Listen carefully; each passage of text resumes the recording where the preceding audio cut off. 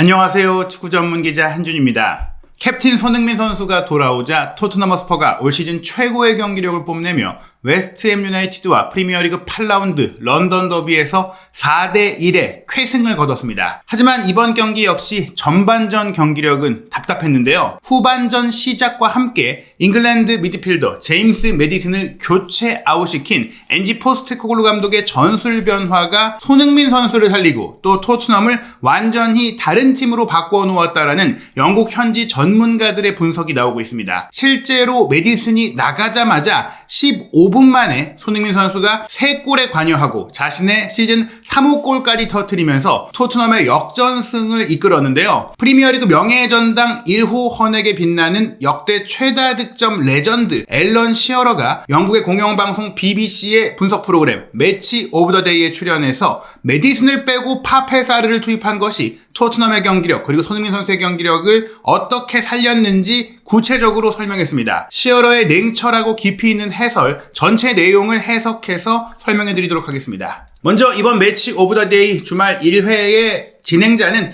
또 다른 잉글랜드 레전드죠. 게리 리네커였는데요. 이날 경기 하이라이트 그리고 경기 후 인터뷰를 들은 이후 본격 분석에 들어가면서 게리 리네커가 앨런 시어러에게 이렇게 묻습니다. 엔지 포스테코글루 감독이 직접 말하기를 선수 교체는 매디슨을 하프타임에 이르게 빼고 사르를 투입했던 것이 미드필드에 더 많은 에너지와 활동량을 가미하기 위해서였다고 하는데 이게 어떤 의미였고 어떻게 이루어졌는지 질문을 하거든요. 시어러가 실제로 이 교체가 잘 작동했다라고 하면서 토트넘의 전반전 대형과 후반전 대형 변화를 짚어줍니다. 보시는 이 장면의 전반전 대형이 바로 2-10, 2명의 10번 공격형 미드필드를 배치한 토트넘의 형태였는데요. 오른쪽 공격형 미드필드로 쿨루셉스키, 왼쪽 공격형 미드필드로 매디슨, 그리고 한 명의 수비형 미드필드로 두 센터백 앞에 비수마가 배치되어 있죠. 이 형태로서 토트넘이 좋은 경기를 했던 때는 전방 압박이 잘 이루어지고 배후 커버를 위한 움직임도 쿨루셉스키든 매디슨이든 혹은 측면 선수든 이런 커버 움직임이 잘 이루어졌는데 이날은 전방 압박의 밀도도 조금 아쉬웠고 또 측면 수비들의 커버도 쉽지가 않았어요. 그 배경과 과정에는 매디슨의 움직임과 경기력 자체가 떨어졌던 면이 있습니다. 시어러가 얘기하기를 이 장면에서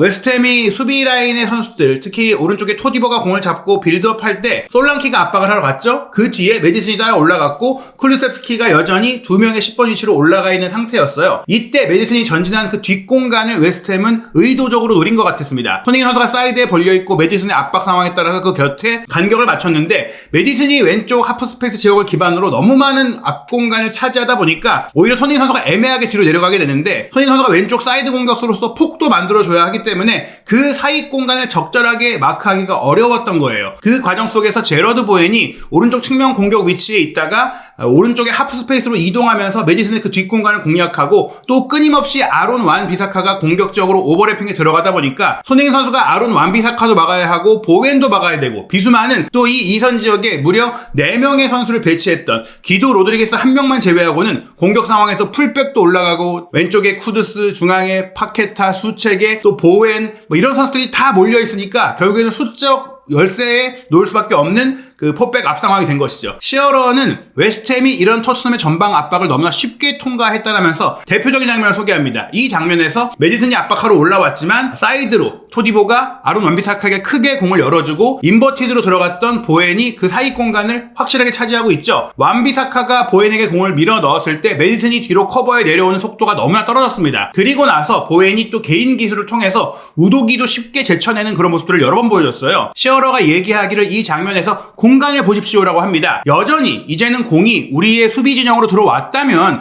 매디슨과 쿨루셉스키의 위치가 조금 바뀌어야 돼요. 매디슨이 더 내려와 주거나 쿨루셉스키가 더 내려와줘서 비수마의 곁에 두 센터백 앞의 영역에 빈 공간을 채워줘야 하는데 매디슨이든 쿨루셉스키든 그 밑으로 내려오는 속도가 너무 떨어지고 오히려 공격 위치를 계속해서 차지하고 있는 겁니다. 그러다 보니까 지금 보시는 대로 보엔이 깊숙이 페널티 에어리어 안쪽까지 들어갔음에도 불구하고 이 네모난 직사각형 영역이 비어있는 겁니다. 이 위치를 누군가는 와서 커버해줘야 되는데 매디슨도 쿨루셉스키도 자신의 일이 아니라는 양 비수마의 곁을 보호해주지 않은 거예요. 공이 투입되고 웨스트햄은 토트넘의 뒷공간으로 너무 쉽게 침투하고 있다. 투 이지라고 시어러가 표현을 하면서 특히나 오른쪽 공격 보웬 선수의 쪽으로 보웬의 온더볼 상황조차도 반더벤과 우도기가 또 잘 끊어내지 못하면서 그 옆에 컷백 상황 크로스 상황에서 너무나 허술하게 토트넘의 수비가 무너졌다. 공간을 보호해주는 선수가 없었기 때문이라고 했습니다. 1대1 대응력뿐만이 아니라 오프더블 상황에서의 커버력도 아쉬웠는데 그 중에 더 아쉬웠던 게 메디슨이라는 거죠. 이 장면은 보웬이 결국 반대편으로 공을 넘겨줬을 때 쿠두스에게 기회가 왔고 쿠두스의 슈팅도 굉장히 좋았지만 비카리오가 정말 대단한 선방을 펼쳤기 때문에 토트넘이 실점하지 않은 게 다행인 장면이었다고 했고, 그리고 이러한 장면이야말로 사실은 경고 신호였다. 이 장면이 이제는 토트넘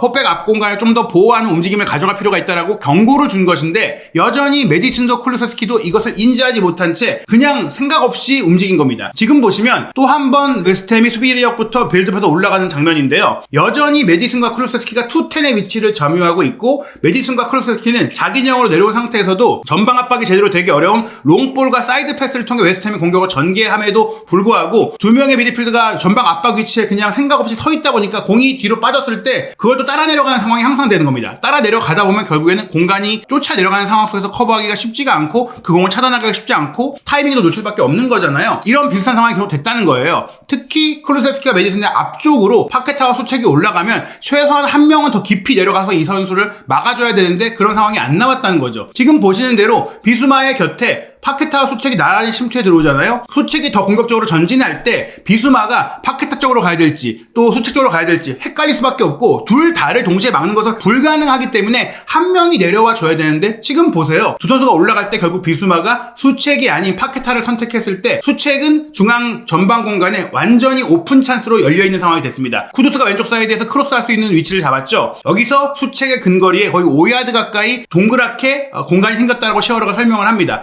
쿠두스가 바로 수책에게 크로스를 줬다면 수책이 프리한 헤더 슈팅으로 득점을 할 수도 있었어요. 여기서 오히려 토트넘 쪽에서 행운이었던 것은 이쪽으로 쿠두스가 바로 크로스를 올린 게 아니라 반대편 깊숙이 보웬 쪽으로 크로스를 넘겼다는 것이죠. 그 다음에 보웬이 크로스를 받았을 때 이어진 아론 완비사카의 슈팅이 걸렸는데 토트넘의 문전 수비에 걸리긴 했지만 그 뒤에 세컨드 볼조차도 토트넘이 먼저 확보하지 못하고 계속해서 웨스트햄이 토트넘의 위험 지역에서 플레이를 이어가게 됩니다. 이것조차도 쿨루세스키와 메디슨이 더 열심히 내려와줘서 페널티 에어리어 안 공간에서 수적으로 가담을 해줘야 되는데, 역습될 때 공격 위치를 잡기 위해서인지 내일이 아니라느냐 그냥 바라만 보고 있는 겁니다. 그런 과정 속에 결국 끊임없이 수적 우세 속에서 공을 살린 웨스트햄은 보웬이 오른쪽 사이드를 또 한 번 돌파하고, 또 여기서는 우도기가 1대1 상황에서 보웬을 좀 막아줬어야 되고 지연시켜줬어야 되는데 너무나 쉽게 빠뜨렸죠. 너무 쉽게 놓쳤다고 하면서 우도기의 수비에 대해서 앨런 시어러는 테러볼, 끔찍한 수준이었다고 얘기하기도 했습니다. 특히 최근에 우도기의 폼이 안 좋기도 한데요. 여기서 우도기가 통과된 이후 넘어온 크로스 패스,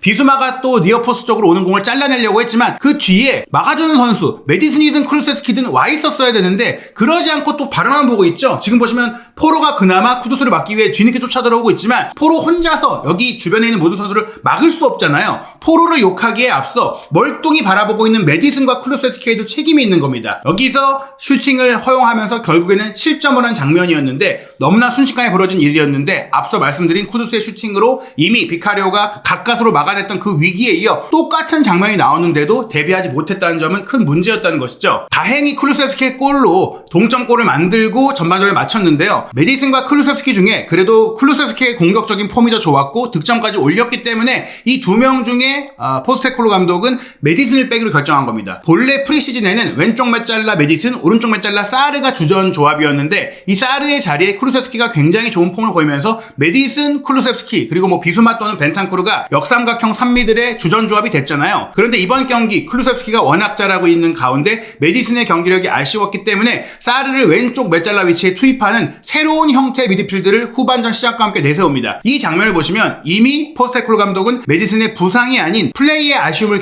느끼면서 전술적인 교체를 했다는 걸 알 수가 있어요. 전반전 끝나자마자 손가락질을 하면서 사르 들어갈 준비해 라고 했던 것이고 실제로 그대로 사르가 투입이 됐는데요. 그리고 후반전 시작과 함께 사르가 들어간 메디슨이 빠지자마자 시어러는 토트넘이 미드필드에서 더 많이 뛰기 시작했고 더 스트롱, 더 강하게 뛰기 시작하면서 공을 빼앗기 위한 움직임이 나오기 시작했다고 했어요. 전반전은 그냥 위치상으로만 전방 압박을 하는 것 같았지 실질적으로 전방 압박이 이루어지지 않았는데 사르가 들어온 이후에는 전방 압박이든 미드 미드블록에서의 볼탈치든 수비 커버링이든 미드필드 지역의 수적 우위를 가져가면서 끈질긴 축구가 나왔다는 것이죠. 이 장면도 보시면 삼각형 대형이 역삼각형이 아닌 정삼각형으로 이루어지고 있죠. 클루세프스키가 명확하게 앞에 있고 사르, 비수마 이렇게 정삼각형 형태, 클루세프스키만 공미이고 두 명의 중미 내지 수미가 배치된 형태인데요. 다만 비수마가 명확하게 두 센터백 앞에 있고 클루세프스키가 3톱의 뒤에 있고 사르는 위아래를 오가는 박스 투 박스로 움직인 겁니다. 메디슨 역시 그 위치를 오갔지만 공격적으로 좀 템포가 늦었고 수비적으로 많이 내려와주지 않았고 무엇보다 어느 위치에 있든지 스파크 있게 강렬하게 달려들어지 못한 게 좀 아쉬웠어요. 메디슨 같은 경우에는 A매치 기간에 잉글랜드 대표팀도 가지 않았음에도 이런 폼을 보인 게 조금은 의아한 상황이었는데요. 이 장면을 보시면 왼쪽에 스로잉 공격이 이어질 때 사르가 끝까지 쫓아가서 이 공을 따내고 빼앗아내고 또 직접 운반해서 역습의 기점 역할을 하는 것을 보실 수가 있죠. 또 이 장면은 처음엔 이제 상대가 골키퍼 아래 올라가 후방 빌드업을 하려고 하니까 사르가 마찬가지로 메디슨의 위치처럼 올라왔습니다. 비수마가 혼자 뒤에 있고 사르, 클루세프스키가 함께 올라와 있죠. 그런데 여기서 아래 올라가 짧은 패스로 근거리 빌드업을 한 게 아니라 롱볼을 때려 놓으니까 어떻게 됩니까? 뒷공간으로 안토니오가 치고 올라가고 선수들이 뒤로 쇄도하니까 사르가 뒤로 빠르게 내려가면서 비수마의 옆자리 두 명의 투볼란치 위치를 형성하게 되는 겁니다. 이렇게 항상 혼자서 센터백을 보호하는 상태가 아니라 이 사이사이 하프스페이스 공간을 커버할 수 있는 위치를 사르가 내려가 준 것이고요. 비수마가 공을 병합했을 때 떨어지는 공을 그렇기 때문에 사르가 근거리에서 함께 압박하면서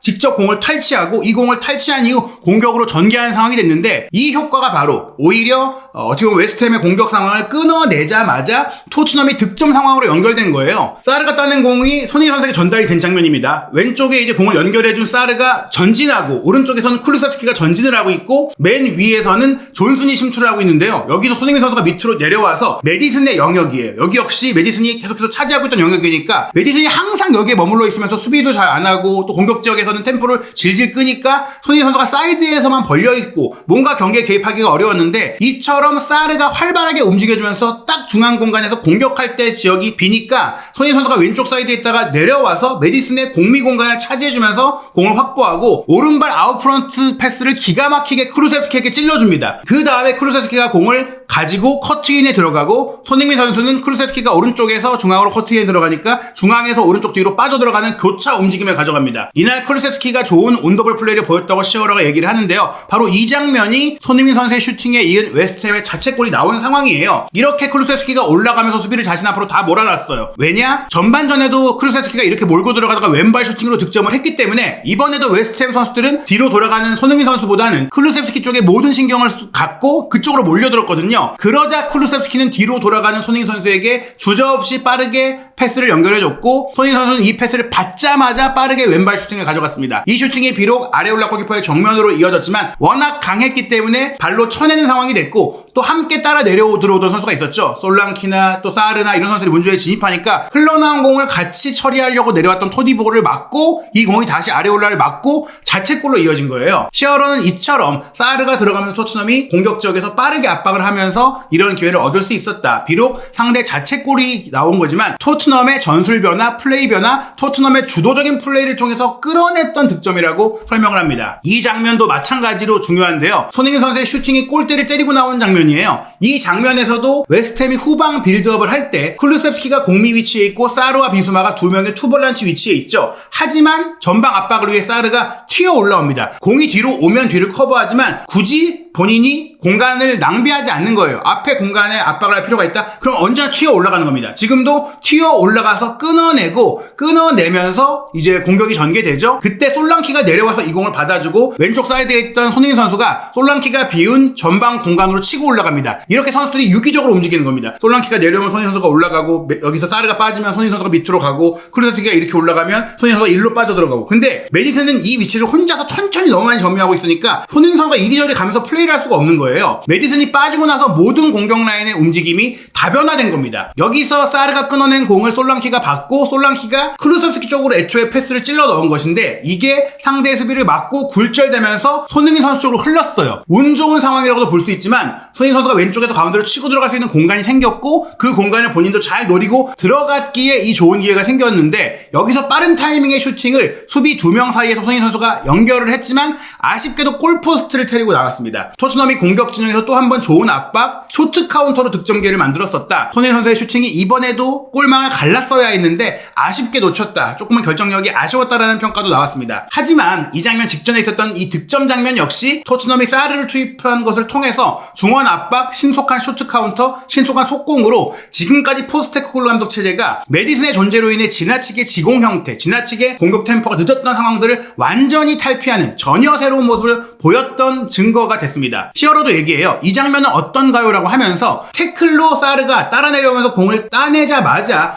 곧바로 공격을 전개합니다. 어떻게? 왼쪽 전방에 손흥민 선수가 비어있으니까 굳이 다른 곳으로 거쳐가지 않고 저 앞쪽에 있는 손흥민 선수 쪽으로 길게 패스를 연결한 겁니다. 저희가 경기를 보면서 내내 얘기했던 게 이렇게 빈 공간, 침투할 공간을 손흥민 선수가 항상 찾아 들어가고 있고 확보하고 있는데도 단번에 패스가 오지 않았다. 로메로 정도만 그걸 받고 메디슨이나 크루세스키는 서로 주고받거나 서로 뭔가 온더볼 상황에서 끌고 가거나 이런 상황을 통해서 손흥민 선수의 타이밍과 템포를 전혀 활용하지 못했는데 사르가 들어오니까 이게 된 거예요. 압박도 빠르고 패스도 빠르게 나왔기 때문이죠. 여기서 손흥민 선수가 몰고 들어가면서 토디보를 앞에 두고 4번이나 헛다리 짚기를 한 다음에 왼발 슈팅을 때려갖고 니어포스트를 노렸던 정말 미친 솔로 플레이로 골을 넣게 되는데 그 기점은 이번에도 사르였다는 것이죠. 앨런 시어러는 후반전에 토트넘은 몇 골을 더 넣을 수도 있었다고 말하면서 4대1이었지만 5대1, 6대1 뭐 이렇게 될 수 있었다. 손흥민 선수가 더 뛰었다면 또 더 많은 골을 넣을 수도 있었다라고 얘기하는데요. 그래서 전반전과 후반전에 토트넘이 완전히 다른 팀이었다라고 얘기했고 그렇게 팀이 달라진 이유는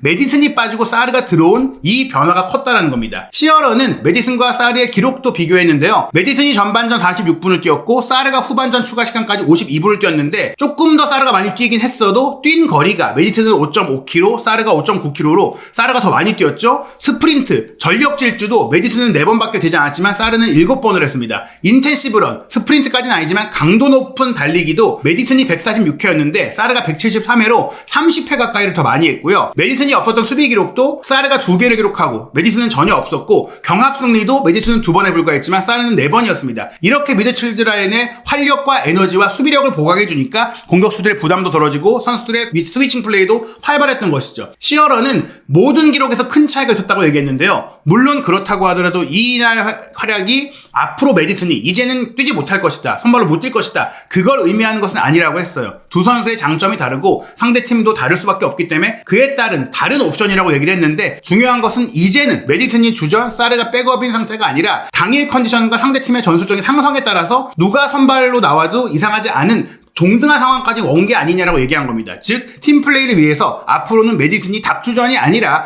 사르, 클루세스키, 비수마, 사르, 클루세스키, 벤탄쿠르가 새로운 플랜 A 조합으로 나올 수 있다는 것이고 그렇게 돼야만 사실은 손흥민 선수의 공격 자유도가 높아질 수 있다고 보는 겁니다. 저희가 계속해서 손흥민 선수가 사이드에 있기보다는 클루세스키나 메디슨의 위치, 공미 위치에서 치고 올라가는 게 좋다고 말씀을 드렸는데 사르가 공미 위치 중에 한 자리를 차지하는 것은 실질적으로 2명의 중미, 투벌란치가 되는 것과 마찬가지이기 때문에 손흥민 선수가 우도기가 올라운드 하고 하더라도 메디슨이 차지하던 그 자리에서 세컨드 톱과 같은 역할을 할 수 있게 되는 거예요. 그렇기 때문에 이 전술 변화와 이 전술의 성공은 앞으로도 손흥민 선수가 좋은 플레이를 펼칠 수 있는 큰 기반이 될 수 있다고 볼 수 있겠습니다. 특히나 공격적으로도 도움이 되지만 수비적으로도 결정적인 도움이 되죠. 브라이튼과의 경기에 3골을 연달아 내줬던 과정에는 바로 이런 수비 라인의 숫자, 미드필드 라인의 수비 가담이 아쉬웠던 면이 있었는데 토트넘이 웨스트햄과의 경기는 후반전에 오히려 더 많은 골을 넣고 이길 수 있었던 게 바로 이런 전술 변화가 제대로 작동했기 때문이라고 설명을 하면서 아마도 포스테코글루 감독이 브라이튼전부터 고민했던 것 그리고 토트넘과 웨스트햄의 경기 전반전에 고민한 결과 이제는 메디슨을 주전에서 내려야 되겠다는 판단이 나왔다고도 볼 수 있겠습니다. 토트넘은 이제부터 정말 빡빡한 일정을 소화하게 되기 때문에 웨스트햄전에 70분만 소화하고 교체된 손흥민 선수 오히려 체력을 아끼고 남은 경기들도 다 선발로 뛸 가능성이 높습니다. 10월 25일 금요일 새벽 4시 알크마르와 유로파리그 리그 단계 3차전 홈경기 펼쳐지고요.